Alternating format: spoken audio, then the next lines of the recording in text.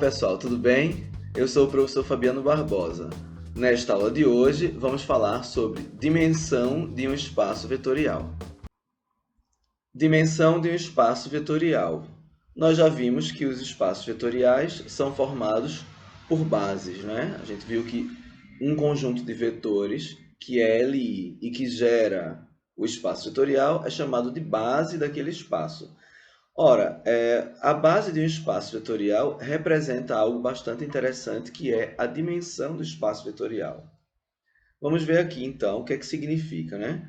A dimensão de um espaço vetorial V é dada pelo número de vetores de sua base, ok? Então, se eu tiver uma base, por exemplo, com 3 vetores, eu posso dizer que a dimensão daquele espaço vetorial é 3. Vamos ver o que eu pontuei para nós. Então, está aqui, ó. Se V possui uma base com n vetores, então a dimensão de V é n. Se a base tiver 3 vetores, n vai ser 3. Se tiver 4 vetores, n vai ser 4. Então, a gente representa assim, ó. Dimensão de V igual a n. Beleza? E se V não possui base? Se V não possui base, a dimensão do espaço V é 0. Ah, e tem mais. E se V possui uma base com infinitos vetores? Com infinitos vetores, a gente vai dizer que eu tenho uma base de dimensão infinita. Aqui nós estamos representando dimensão de V igual a infinito. E eu trouxe alguns exemplos para visualizarmos aqui, tá bom? Primeiro, a gente pegou o R2, que é um espaço vetorial bem conhecido, né? A gente sabe que o espaço vetorial R2, qualquer base do R2 possui 2 vetores. Daí, dimensão do R2 igual a 2. Ora, se a gente falou que um conjunto, né, um espaço vetorial que tem n vetores, a dimensão dele é n, basta olhar para o Rn, né? O espaço Rn possui n vetores em sua base, e daí a dimensão do Rn é n. Então, se eu pegar aqui e chamar de R10, eu preciso de 10 vetores, logo a dimensão do R10 é 10. Tá bom? Se eu pegar o R5, a dimensão do R5 é 5. Agora vamos para o terceiro exemplo. A dimensão do conjunto das matrizes, ou seja, do espaço vetorial, desculpa, das matrizes quadradas de ordem 2. Eu escrevi M 2 por 2 assim, ó, no formato de produto, mas eu poderia escrever aqui podia escrever M2 de R também, né? Esse conjunto aqui é o conjunto das matrizes que tem 2 linhas e 2 colunas. O número de vetores para a gente ter uma base para esse conjunto, para esse espaço vetorial, é 4 vetores. Ou seja, eu preciso de 4 matrizes quadradas de ordem 2, que são vetores, né? Para constituir a base desse conjunto. Tá bom? Eu coloquei o 2 por 2 nessa forma de produto exatamente por causa do exemplo 4. Observe que a dimensão de um espaço de matrizes M por N, aqui já nem é quadrado, né? Aqui é M por N. Se M for igual a N, aí eu tenho um espaço de matrizes quadradas.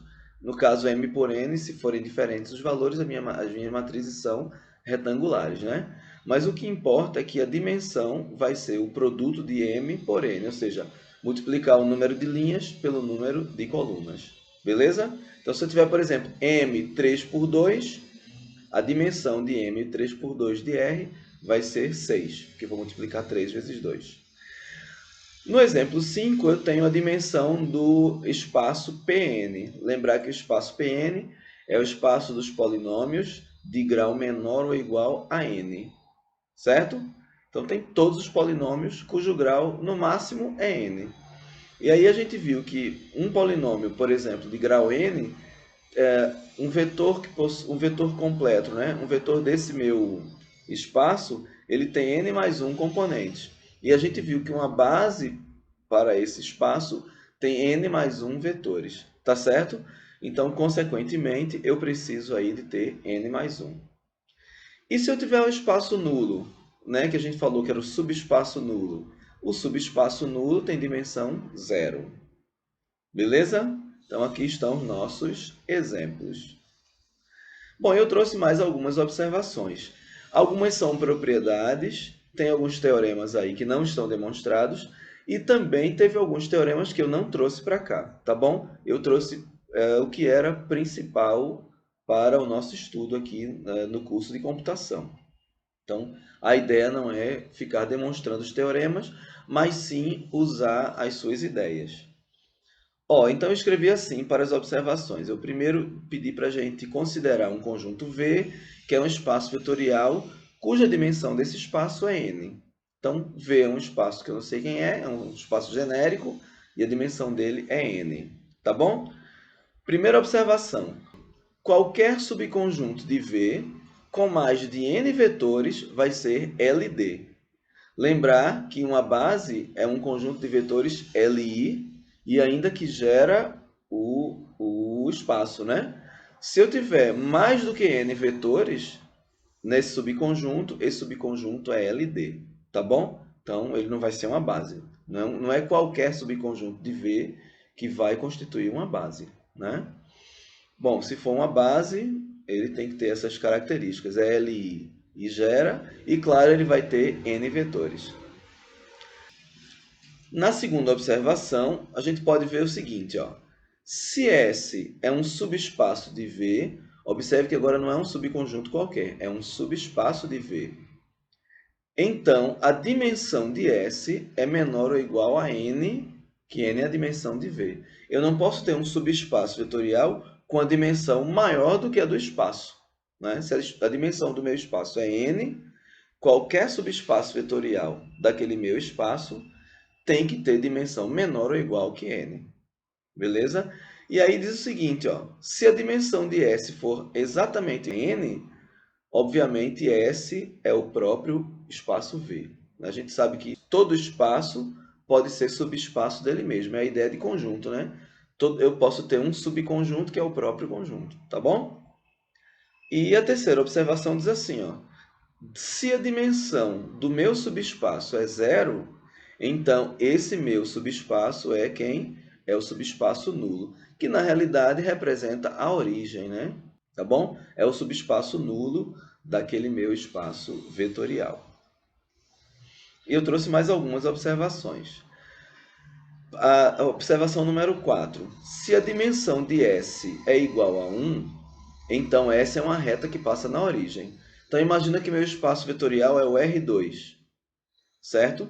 R2 tem dimensão 2. Imagina que eu tenho um subespaço do R2 cuja dimensão dele é igual a 1.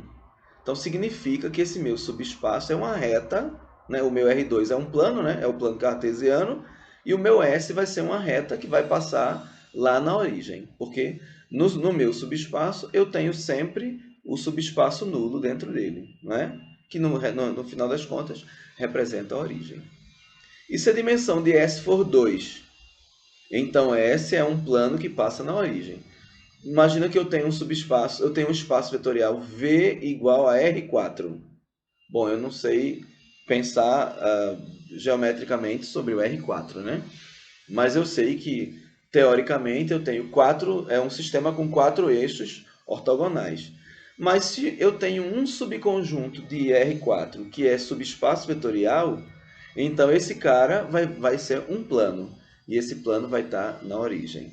E se meu V for o R3? R3 eu sei que é o espaço que a gente conhece, né? São 3 eixos. Um subespaço vetorial S de dimensão 2, obrigatoriamente, é um plano cartesiano que está lá passando na origem. Tá bom? E se a dimensão de S for 3, S é o próprio R3. E aí eu tenho mais uma observação, que é a observação 7. Vamos prestar atenção. Vamos ver o seguinte, ó. Sabendo que a dimensão de V é igual a n, V é o meu espaço vetorial. A gente disse lá em cima, né? Vamos considerar seja V um espaço vetorial de dimensão n. Para obtermos uma base de V, basta que apenas uma das condições seja satisfeita. Veja só que interessante. A gente sabendo a dimensão do meu espaço vetorial, eu não vou precisar testar as duas condições para saber se um subconjunto é subespaço. Olha o que a gente tem aqui.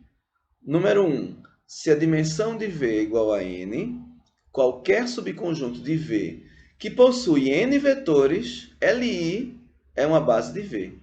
Então, veja, se eu tenho n vetores e esses n vetores são Li, eu já posso afirmar que aquele meu subconjunto é uma base de V. Eu não preciso mais testar se ele gera V, tá bom? Por quê? Porque eu já sei a dimensão de V, e aí eu vejo que aquele meu conjunto, aquele meu subconjunto, tem a quantidade de vetores correspondente à dimensão. Então, se a dimensão for 4 e o meu subconjunto tiver 4 vetores, basta verificar se eles são LI.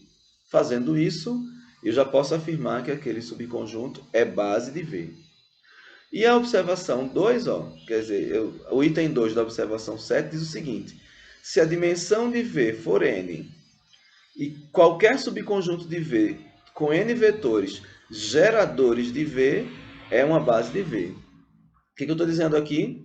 Se eu sei a dimensão e o meu subconjunto tem o mesmo número de vetores que representa a dimensão, eu não preciso nem verificar se eles são LI, basta verificar que geram. Então, se aqueles n vetores gerarem V, eu já posso afirmar que o meu subconjunto S é uma base de V. Então, veja que interessante. Se eu já sei a dimensão, eu olho para a quantidade de vetores do meu subconjunto e daí eu não preciso mais testar as duas condições para o meu subconjunto S.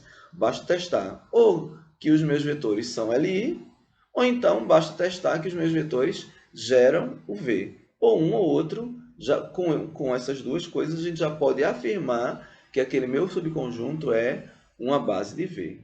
Tá bom? Vamos ver só um exemplo bem simples, que já está feito aqui, não tem muito o que fazer, para a gente ilustrar melhor essa ideia. Olha lá. O conjunto B, formado por esses vetores aqui, ó, 2, 1, menos 1, 3, é uma base do R2. Né? A gente já fez esse exemplo nas aulas, na aula anterior sobre base de espaço vetorial. A gente viu que esse conjunto aqui é uma base, tá bom? Mas eu posso dizer o seguinte, ó, eu posso afirmar que ele é uma base porque a dimensão do R2 é 2, ou seja, eu vou precisar de dois vetores, e eu tenho aqui, ó, no meu conjunto B eu tenho o 2, 1 e o menos 1, 3, tenho dois vetores, e esses dois vetores são LI. Por conta de uma outra observação que a gente já estudou, a gente já sabe que esses vetores são LI. Por quê? Porque como só tem dois vetores, é muito mais simples observar se um vetor é múltiplo escalar do outro. Se um vetor for múltiplo do outro, eles são obrigatoriamente LD. E nesse caso, eu não tenho nenhum é múltiplo escalar do outro. Eu não consigo encontrar nenhum número, por exemplo, que multiplicado pelo vetor 2, 1, o resultado vai ser o vetor menos 1, 3. Ou vice-versa, eu não tenho nenhum número que multiplicado pelo vetor menos 1, 3, o resultado seja o vetor 2, 1. Como isso não acontece, eles não são múltiplos escalares. Consequentemente, eles são linearmente independentes. Ora, então o que a observação 7 diz para a gente? Se eu conheço a base do meu espaço vetorial, no caso aqui é 2, o meu conjunto tem dois vetores, e eu já sei que os dois vetores são LI, eu já posso afirmar, então, que o meu conjunto B é uma base do R2.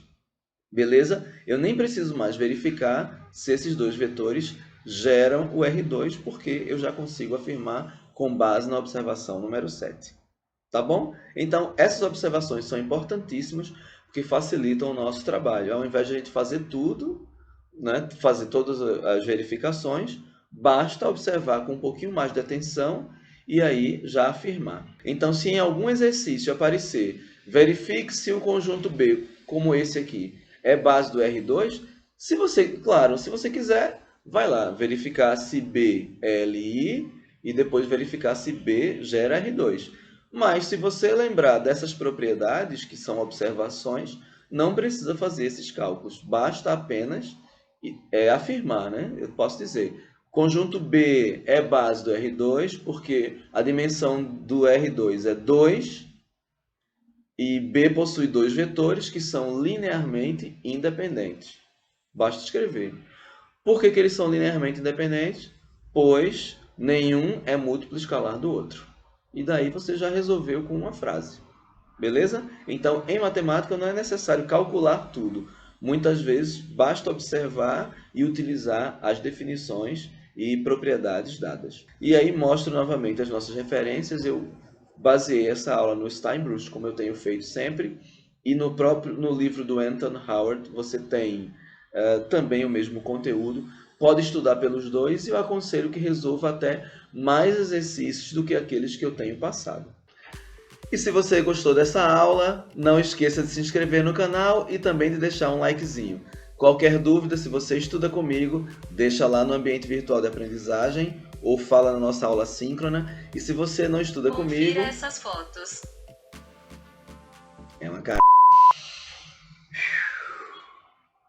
Se você não estuda comigo, então coloca as dúvidas aí nas observações, nos comentários, que assim que tiver um tempinho eu vou lá e respondo, ok?